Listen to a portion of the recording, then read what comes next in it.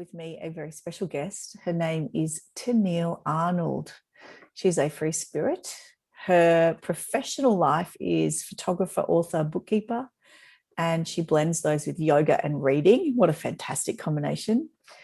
She wrote in her lovely bio, which I just received, all about how she thinks life is always going to have bumps, but when you bring yourself back to the moment and get clear on your own truth, anything can be overcome, which I am a wholehearted subscriber to those ideas as well. Teniele's also written a couple of amazing children's books. That was a lifelong dream for her. And she connects her readers and families so they can forge together with presence, mindfulness, and find an inner happy voice.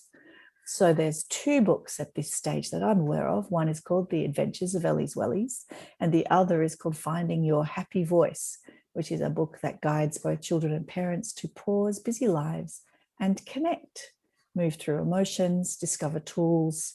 The story is perfectly accompanied with a free meditation, which I think is a really clever thing to do before bedtime. So Teniele, welcome. Thanks, Alina. Thanks for having me. You're so welcome. So first of all, a big thank you to Teniele for taking some time out of what I'm sure is a life full of many different parts. And I really appreciate you taking a minute to talk to us today. So this is the Unboxable, Unstoppable podcast. And I also might share this with some members in the membership that I run, the Soul Mama Hub. So tell me a bit about your day, Teniele. What's been going on today? Today, I've been trying to get the kids to school. As most parents can probably relate.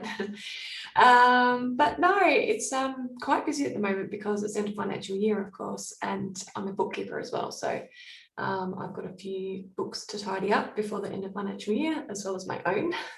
So yeah, it's been a busy morning.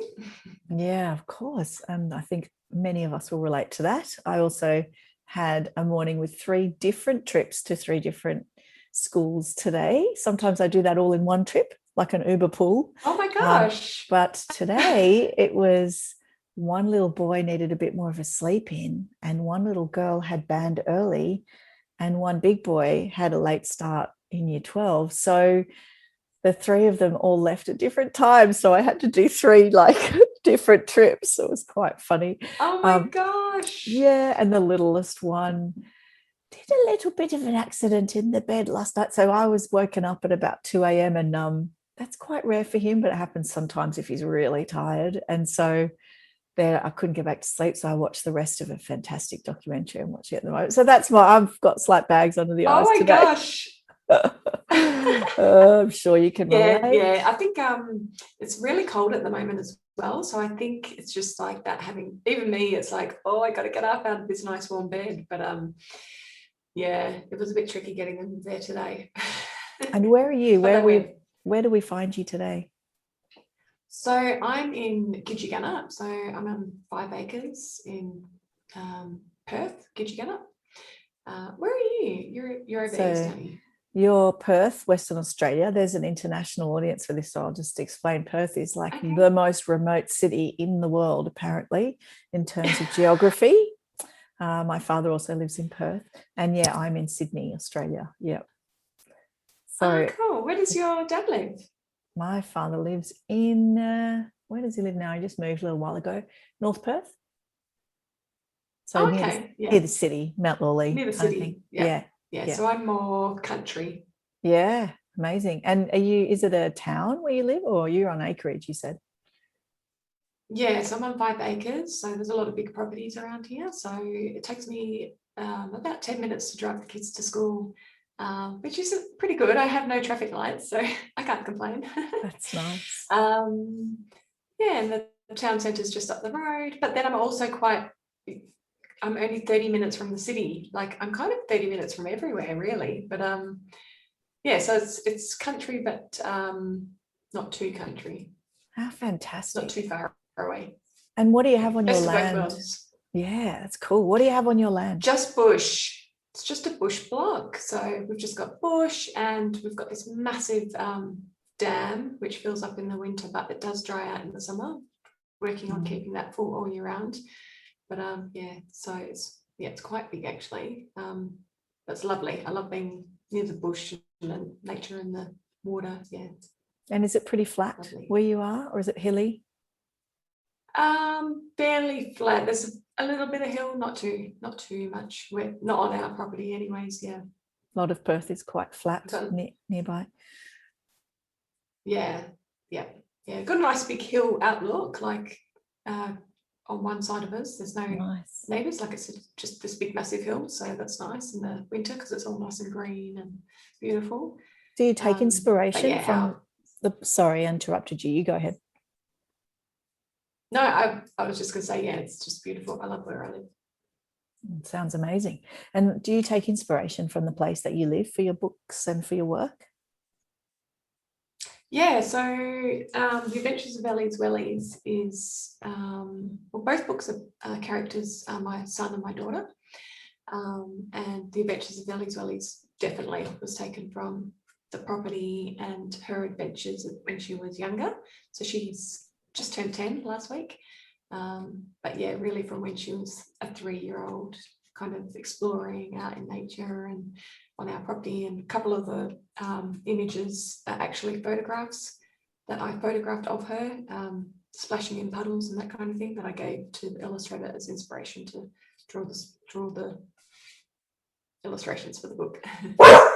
Sorry, excuse my dog there. I'll just move.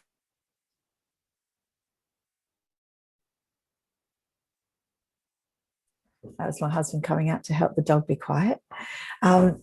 So I guess what I'm curious about is you said in your bio that writing children's book was a lifelong dream. So talk me through the process of how, first of all, when did you first dream of writing children's books? Do you know, I think it's a bit like anything in life, like it might become something like a dream or a goal or something you might want to do when you're younger, and then life comes along and then it kind of gets put to the side, and then something else sparks that inspiration again, and then you're like, oh, and then you kind of start getting into it again, and then of course life comes along. But probably once, like, because the stories came from life experiences with my children, I suppose. So I think even though it was always kind of there that it's something that I'd like to pursue in life, it needed the right moment for the story to seed, to then grow, I suppose. So yeah, so because both stories are from experiences I've had with my children that I've then turned into a children's book, I suppose. Yeah, so it was 2016, I think, when I started to kind of get into, okay, maybe, you know, I could write a children's book. And then the technique that I was doing with my son, I was like, you know, this could I thought it was going to be a adult's book at first, not a children's book. And then I was just, one day I was just like, oh my God, this is a children's book, not an adult's book. So yeah, and then just it kind of evolved from there. Like every time I kind of needed the next path, because I'm self-published. So I mean, I had no idea what I was doing or how to even, where to even begin, you know, but I had to kind of just let that go, just put it out to the universe. This is what I want to create. This is the ideas, and then just surrender to allowing and waiting for the next step to show up, which it did. And then I would just follow that next step, and then the next one would arrive. So it's kind of how it evolved, I suppose. Yeah, so I had like a little guide along the way, which is why my press is called Peacock Press Australia, because each time I needed to know the next step or the next, you know, if it was the right connection or the right person, a peacock symbol would appear. So it would be in many forms, whether it was a real peacock or a peacock like in a picture or anything like that. That was my guide along writing that first book, Finding a Happy Voice. That's awesome. And so how did you know how to what gave you the awareness of I need to look out for signs? Like, where does that come from? Where does that skill come from? I think that's just something everyone has. It's just about being aware of it, as you say. I don't know. I had a mum that was very, I guess, spiritual and open and stuff, and so I learned this stuff from a young age. Like, same as gratitude. I teach my kids and I. We have a gratitude circle every morning, and from a young age, that's something that we would do before bed, is to give gratitude for the day. So I've always had that. Yeah, I don't know. It's just always been there for me. So it's not something like, of course, life kind of, as you get older in your teenage years, it's not at the forefront, I suppose. But I've always been trusting of the universe that the right path and the right way, you know, it will show up. So that's about trusting. Yeah, that's awesome. I've been talking a lot about this recently. It's funny you bring that up, because I did a recent podcast episode about it. I've talked about it in my membership a fair bit. And I think this is such a big thing. And a lot of us, as you say, life happens and we change stages in our life, and we might lose touch with those practices or rhythms or habits or whatever you want to call it. But they're always there. Like, they're always there. They're always there in the background. It's just whether you're aware or not, really. And then, yeah, I don't know how. I don't know where the point is where you go, when did I lose touch with that, and then come back to it? I'm not sure. So depends what you're in your life journey, I suppose. And it sounds a bit like it's your normal, if you like it's your normal to do things that way. Whereas for some people, it might be an entirely new thing to think like that, or to have a gratitude practice every night, or, you know, it might not be something they grew up with. So what a blessing you had to have that, you know. Yeah, I think, and everyone has it, and you just make time for yourself, and just have that awareness. Connection to breath is probably a good place to start. It's just becoming aware of your breath, your breathing, and how you feel, and then just being more open, I guess, to allowing beautiful things to come into your life. And a lot of the practice of allowing, which again, I talked about this in a recent workshop inside the membership, the Soul Mama Hub membership, and I was talking about mindset and how a lot of our culture seems to be very geared towards the more kind of yang or like masculine aspect. And I'm not saying male, but like a masculine characteristic of pursuing and action and doing. Yeah. And that's a commonly sort of, it's a bit cliche to talk about, isn't it? But actually it's something that we can so easily take for granted, that we don't even realize we've dropped the habit. We've dropped the habit of tuning in, and we've dropped the habit of being ourselves and being tuned in and breathing and awareness and all those things. And I love how you say you just make time for it. Like, for some people like you, it's just a natural fabric of your life that you will always make that time. But I think there are a lot of women, I mean, and men, but I'm going to speak to women because that's the people this podcast is for. But I think there are a lot of women who don't manage to find that time on a daily basis, me included at times, where things can feel busy and things can feel very demanding of our attention and demanding of our yangness, of our doing. And it takes a bit of discipline. Don't get me wrong, it does. Like the other week I was sick, and then my kids were sick. And of course, in those times, you know, you do have your days where you might not be doing, you know, your practices, or being more in tune. But then, I don't know, there's just a point there that you then go, oh, hang on, I do, you know, I am grateful for what I do have in my life. There are these, you know, and then it shifts, and the cycle changes again, and then you're definitely and the flow of life. I found a nice way to put it yesterday, which was decide, commit, repeat. And I feel like when we're really willing to create change or create different ways of being in our lives, we do need to make a decision, and we do need to commit. And there's an element of willingness there. If we're not willing to bring in that awareness, I mean, I like definitely. You, I know awareness is transformative in itself. Just when you shine a light on something, it changes it, and that awareness comes and goes. But yeah, perspective, so key. It's all very interesting stuff. I've been, I think that's really what you're saying there is super on point, because I decided, I think it was like the 26th of February, that I was going to have a break from drinking. Not that I'm a big drinker, but I do like a glass of wine on a Sunday afternoon while the kids are playing, and that kind of thing, or if you're at a party.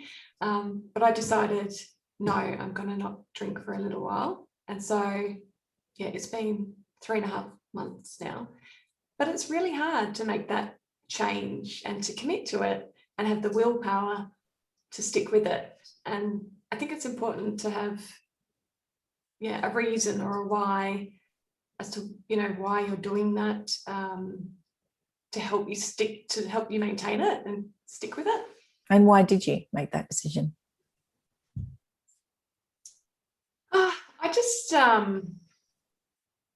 I just didn't want to be drinking anymore. I also gave up coffee at the same time, and that was actually harder. I only have 1 coffee a day, and I just found that so hard. And it's actually only been the last 2 weeks where I haven't craved a coffee. Like, that's how hard giving up coffee has been. But I think for me, it was more of a,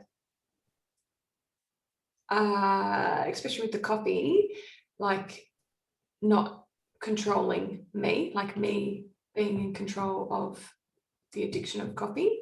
I don't know. Yeah, just knowing that I can do it. And with the alcohol, was it a health? My mind to something. Was it a health thing, or was it that you wanted to free your mind? What was your main motivation? It was a health thing. And yes, having the occasional drink on the weekend, but then it started becoming an occasional drink during the week. And really, I was talking to a girlfriend about this yesterday, and I think it's like, instead of turning to my tools of breathing and, going for a run or whatever else, it was like, I'll just have a glass of wine. And I think it's an escapism in a sense, like instead of having to sit with the emotion of I'm feeling triggered or angered or frustrated or upset, whatever might be going on. And not just having a drink on the weekend to enjoy it. It was then becoming like, I just need a drink to get through the night. Yeah, I have a rule, because I also I'm a casual drinker, and I did have a 5-year period of not drinking at all, because I was battling an addiction to something else. But I had to stop every intoxicant in order to get what I mean. Through that. It interlinks. Yeah, and when I did that, it was very interesting. And then I had another period of not drinking at all when I did a specific diet when I was trying to have my 3rd child. I was having fertility problems, and I did something called the Whole30, which is a really amazing, you should take a look at it, it's fantastic. But it's an amazing kind of protocol that you do for 30 days, which involves having 0 alcohol, 0 sugar, 0 dairy, 0 additives of any kind, it's 0 everything except whole food, and you make everything from scratch. And it was an incredible reset. It's an anti-inflammatory hormone reset diet, and there's amazing, just great recipes online anyway, just to use. And the whole, I haven't done the Whole30, but it's really good. Similar things. Yeah, and I had a 4-year fertility journey, and then I don't know, it could just be a coincidence, but it was the next month after that Whole30 that I conceived at the age of 44. And I do think those things can be really powerful. And that month of not drinking, I just slept so well. I found my sleep was so much better. I don't know if you're having that, but that really surprised me. And there's a huge sugar element in alcohol as well. But I have a rule now. Yes. I do drink casually now, but I have a rule that if I'm having a strong feeling, I never have a drink until I've gone through my process around the strong feeling first. I'll never use it to medicate. I've decided Yeah. that that's not something I can do with my history. Yes. So I'm quite careful about that. And I have plenty of days off drinking. I have plenty of zero alcohol days, but it does creep in, definitely. Like it's crept back It into my does. It life does. significantly since not doing it at all. Before you know it, it's like, oh, just have Yeah. and it's only like one glass of wine Sure. or maybe two, but it's like, yeah, before you know it, it's like every third day you're having a drink. And it's a lot of money as well. And that's, and yeah, and I'm like, yeah, that's not okay with me. Just where I am in my life, and that's just me. That's my journey right now. and what are the other who knows, benefits? I might have a drink again soon. I turned 40 this year, so I was like, oh, am I going to have a drink on my 40th? I don't know yet. Will I regret it? I don't know. Yeah. What other benefits have you found from not drinking? Definitely because of the sugar, the weight on the tummy. I started doing running instead as well, of having a drink. No. But no, I started getting into a bit more exercise. I do yoga and stuff like that as well, but it's nice to do something a little bit different. So yeah, and just being like, I mean, I wasn't a massive drinker, so I've never been a massive drinker because it just makes me sick. There's only a certain amount I can drink anyways, because my whole family's like that. Me too. We have like, if I have more than 3 glasses, I'll be sick all night. So I kind of have a limit there anyways. I've been like that my whole life. I can only drink like wine. I can't drink vodka. That makes me ill. Well, that's a blessing. I can't drink any hard spirits. That's good.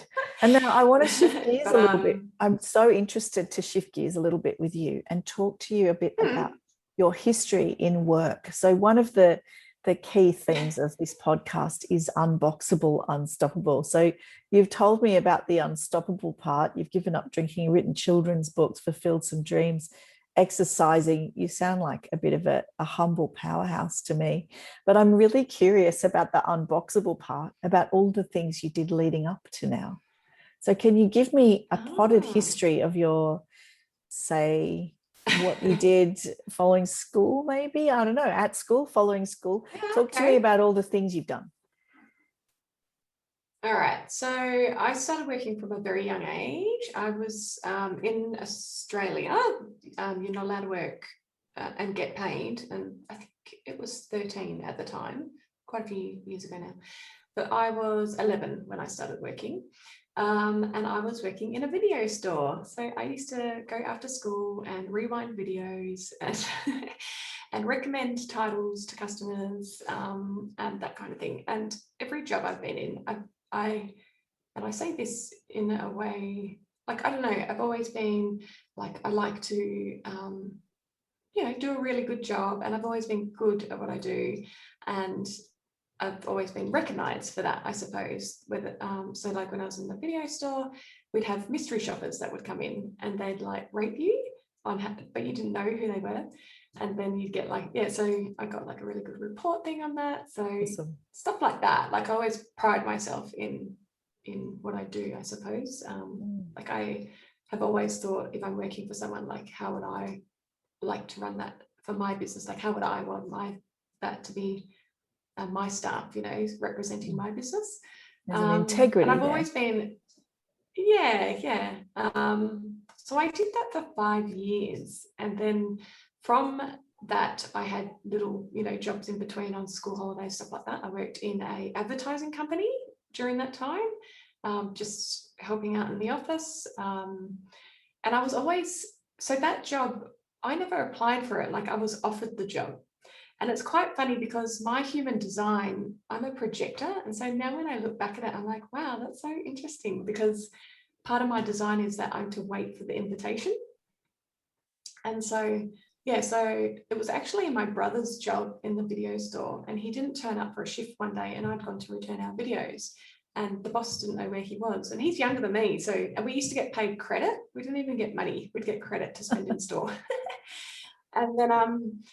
And then he was like, your brother hasn't turned up. Do you want a job? I was like, okay. So that's how I started there.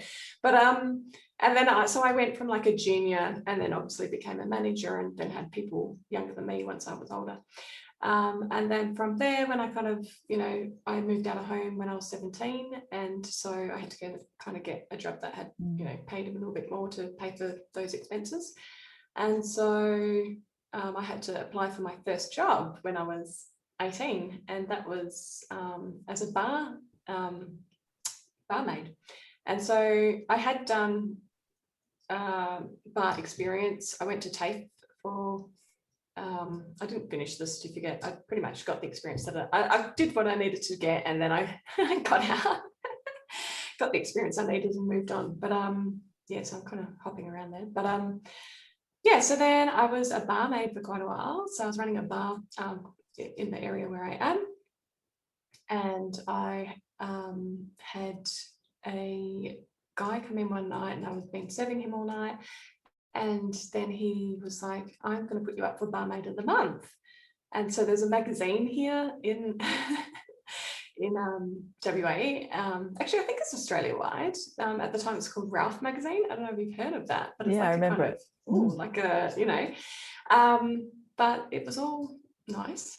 But so I ended up, they contacted me and came out and photographed me, and I was Barmaid of the Month for the magazine, my birthday month. It's like a men's magazine, like a young men's magazine, sort of, wasn't it? Yeah.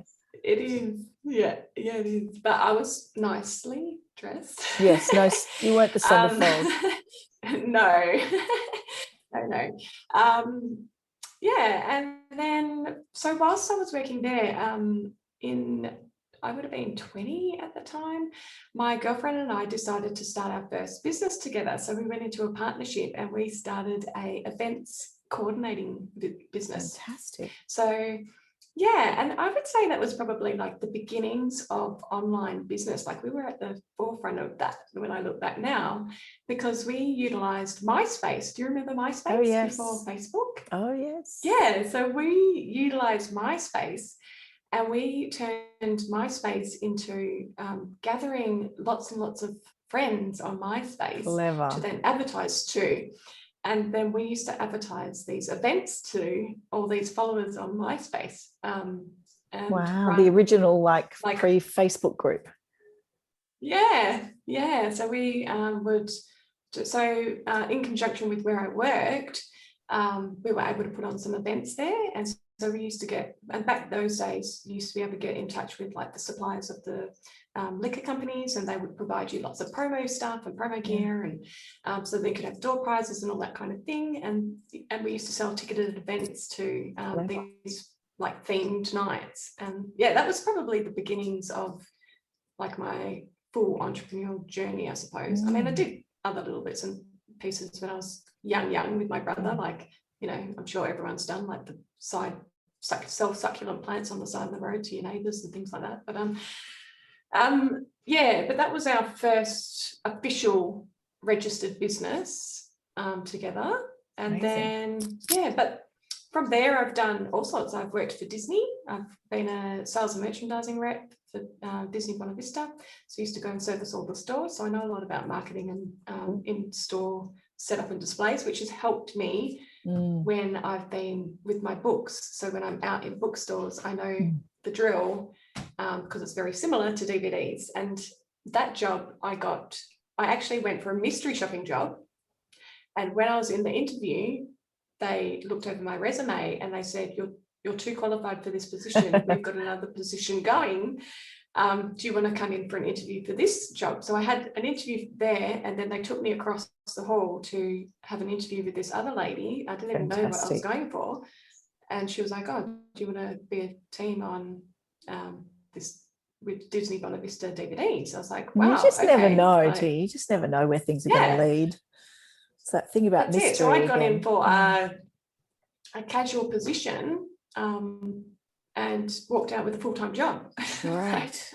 And where was that? Was that in Perth? Yeah, and that came about, that was in Perth. So, and that came about from my video store days, because I knew a lot about working in the video industry. And that's the thing, isn't it? We just never know when something we've done before is going to actually be a precursor. I mean, if we just follow those leads and follow the path that is laid out for us, and take action. You have to take action. You had to turn up. Oh, yes. You had to Yeah. show up. You You had do to have write a to. CV. You had to have certain skills, apply yourself Yeah. to each role. But if you can actually perceive that opportunity as it arises and accept it, it's a very powerful thing, isn't it?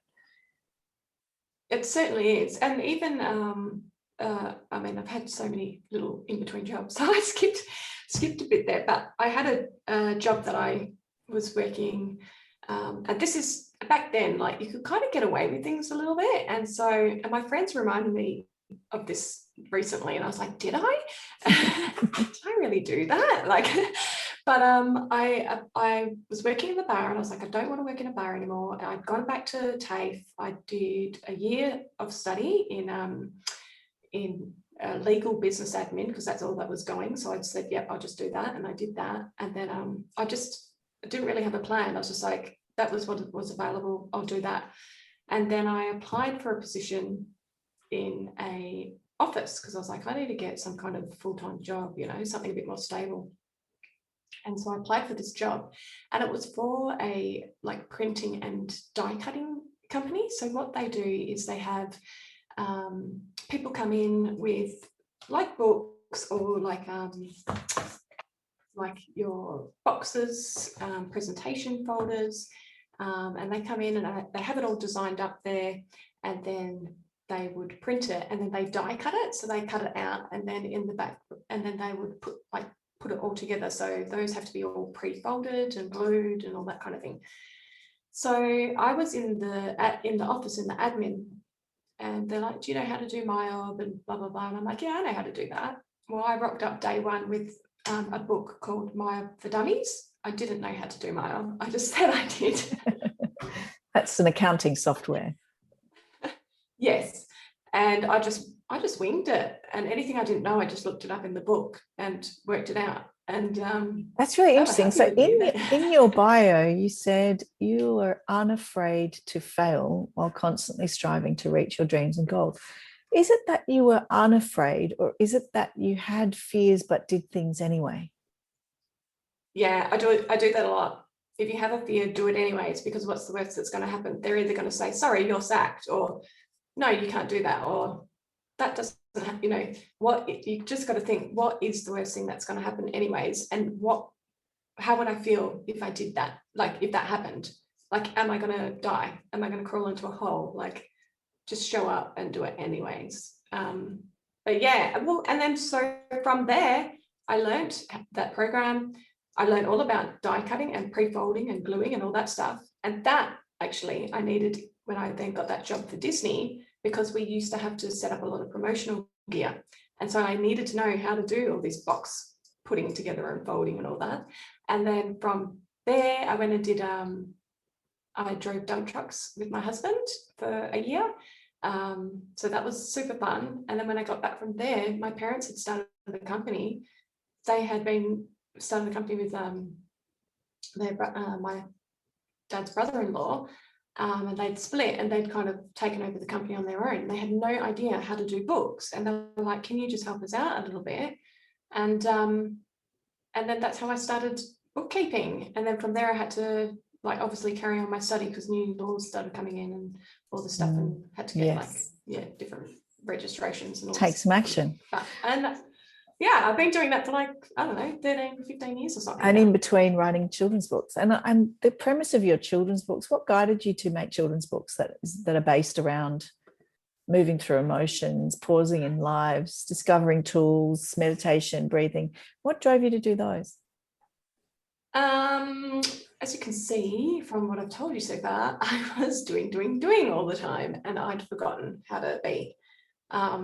So yeah, I'm super trying to condense this for you, but yeah.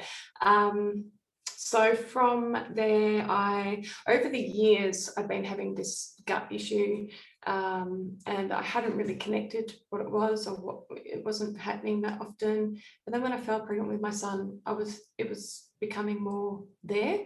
So it's happening like every 3 months. And then after I had him, it started being like every month. I was getting this intense, overwhelming pain in my stomach. And I got really sick. Sounds difficult. And then I wouldn't say had a breakdown, but like I passed out, like I was at the doctor's all the time, and I'm not a sick person. So then they were checking for like epilepsy, and because my mum has epilepsy, and yeah, all these things. And then I wasn't allowed to drive for 2 weeks. And so it happened to be in school holidays. And so I was sitting there, and all I was allowed to do was just sit and be. Wow. And that's when I came to a place of, okay, there's another way. A bit of stillness. There's another way in life. Now, this is really interesting, right? So coming out of the lockdown situation last year, I think there was a lot more awareness around the power of slowing down and the power of stillness. I mean, some people's lockdown, well, certainly with children, 3 kids home from school, trying to do a job at home as well, that's not slowing down. That's not stillness, No. you know. But for some people, it removed some busyness because you weren't driving to 3 different schools, or you weren't doing a lot of the things that you would have done previously, or going out of the house to do things that you would have done previously. So there was some enforced slowing. Yes. Not all the time, like I say. Forced slowing down. For some. Certainly for us, there was no socializing. So, and ours was very short, really, comparatively to the rest of the world. So in a way, we were very fortunate to have sort of the best of both worlds, because we had a situation where we had to slow down and consider things differently, but it wasn't for a very long time. Fatalities were not very high. And so we were ridiculously privileged, really, to have that experience. And I know a lot of people didn't. And we need to acknowledge that it hasn't been something positive for a lot of people in the world. It's been the opposite. Yes. And there's been a lot of tragedy and loss, and a lot of isolation that has been very, very detrimental for mental health and suicide rates. And there's been a lot of grief and loss. But I know in our experience, it was a very different thing. It was a very kind of gentle, almost a gentle kind of positive thing. And coming out of it, we had this sort of new awareness. But I was astounded at how quickly we all forgot. I noticed it in traffic. At first, everyone was very polite and sweet and giving way, and there was no honking of horns, and there was no speeding around the neighborhood. And then slowly but surely, as the busyness crept back in and people went back to work, and it just flew out the window again, and there was back in, road rage, beeping horns and competition. So it was almost like that flow, ebb and flow that I talk about, until those people come back and go, oh, hang on a minute, there is a different way. And we do that, don't we? We slip in and out, like with drinking or with health or with mindfulness and habits, and they come and they go. And I feel like it's a bit of a revolving sort of, it comes around again, and you remember because something bites you on the bum and you go, oh, I don't feel very good. I need to do something about that. And that's how we sort of keep course correcting, finding balance. But it sounds like you've put in some really amazing work to create tools to help people remember it more often, which is a beautiful thing. And I applaud you for doing that, because I think it's super important, Oh, thank you. Has it been well received? Have you had a lot of good response from it? Yeah, I have had a huge response, wonderful response, especially the first book, Finding Your Happy Voice. And I think like that was a really special book to me, because like going through that journey that I went through, and then connecting with self again, connecting to meditation, connecting to breath, and then because it was working for me and helping me in my life, I was like, I need to be teaching my kids this. Why aren't I teaching them this? And by that stage, my daughter was like 5, I think. 4, good age 5, for it. And my son was 2, 3. So he's kind of started younger than her. But we just started bringing that into our everyday lives. It's really important, I think. And do they ever say, no, Mummy, I don't want to do gratitude now? Does that ever happen? No, but I do give them the option, and like I do have a course that I've got on my website. So it's a self-paced course. But I always say, like, I always sit in circle. If they don't want to, that's their choice. They don't have to. But if the other one sits down, they tend to come and sit anyways, whether they participate or not, doesn't matter. They're still listening. And that's beautiful, isn't it? Still being planted. There's fantastic research into this. certainly in education and parenting psychology, there's fantastic research. DECI is the name that comes to mind, DECI. I'll link it in the comments in the page on my website around this podcast. But there's some fantastic stuff about autonomous learning and just autonomy in general, and the effect that has in a family, and how that translates. And we're not using big words like autonomy in psychology. It means the difference between saying it's time to go to school, get your shoes on, and what's the next thing you need to do to get to school? Do you need some help? That's the difference, you know. And that one I got from the wonderful, there's a great psychologist called Justin Coulson. He has a website called Happy Families. Oh, I love him. Yeah, so that's one of his tricks, which I'm sure he's gained from someone else, you know, the way that we do. But I just was watching one of his webinars, and it's a beauty. Yeah, I think it does come back to that awareness as well, though, and like, just like, how would you like to be treated as well? Like, nobody likes being told what to do. I feel sad for kids sometimes. Like, it's they kind of don't get a choice. They do get bossed around a lot of kids, you know. Like, even I said to my husband the other day, my daughter's so we've been going through some stuff with my daughter recently, and so she's just been diagnosed with inattentive ADHD and giftedness. Wow, that's and a big thing.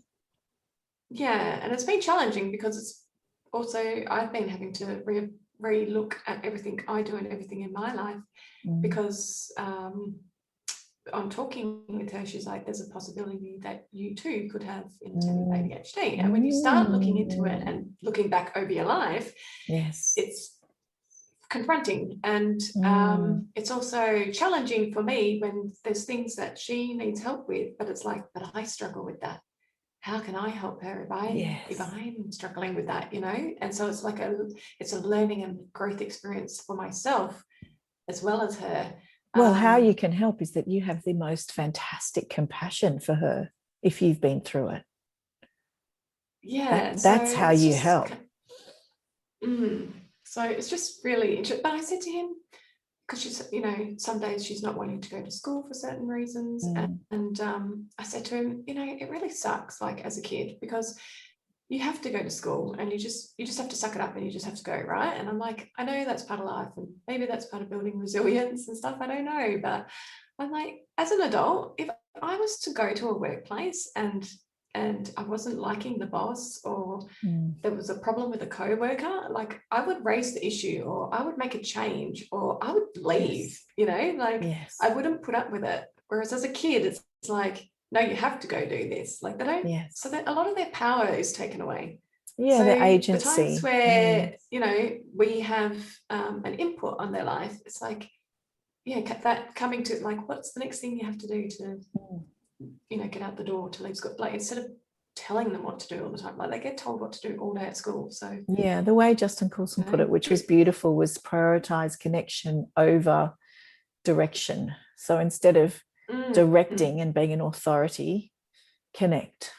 And it was a lovely, you can still gently remind children what they need to do, and you know, it's probably more efficient actually, and allow time. Well, I think it only just allows you getting all ripped up and angry, and then they're fine, and next thing you're the one sitting in there. That's right.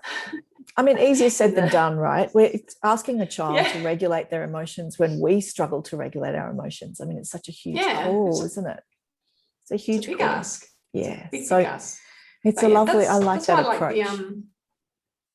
That's why I like the having circle, and we always do it like the 10 minutes before we walk out the door. So it's like everyone's ready to go, even if there has been a rush or I don't want to go to school that morning. Just coming together, sitting together, having that gratitude, breathing together, asking, you know, those things, and then we set an intention for the day. So we're setting ourselves up for the day. And sometimes now they like to pull a card. They're a bit older, so they like to pull a oracle card and manifest, see if they can manifest the animal for the day. Nice. So, I love it. They like that. That's brilliant.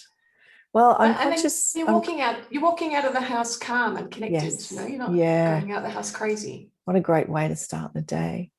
I'm conscious of the time. We've been rattling on for a while now. It's been so good to talk to you though, Teniele. I really appreciate the stories you're sharing with us. And there's a lot in here that I think will benefit other families and other women in their ways through their days. And I really appreciate your time and sharing with us what you've been doing. You're welcome. It's amazing. Yeah, you're welcome. Thank you so much for having me. I feel super grateful and appreciative.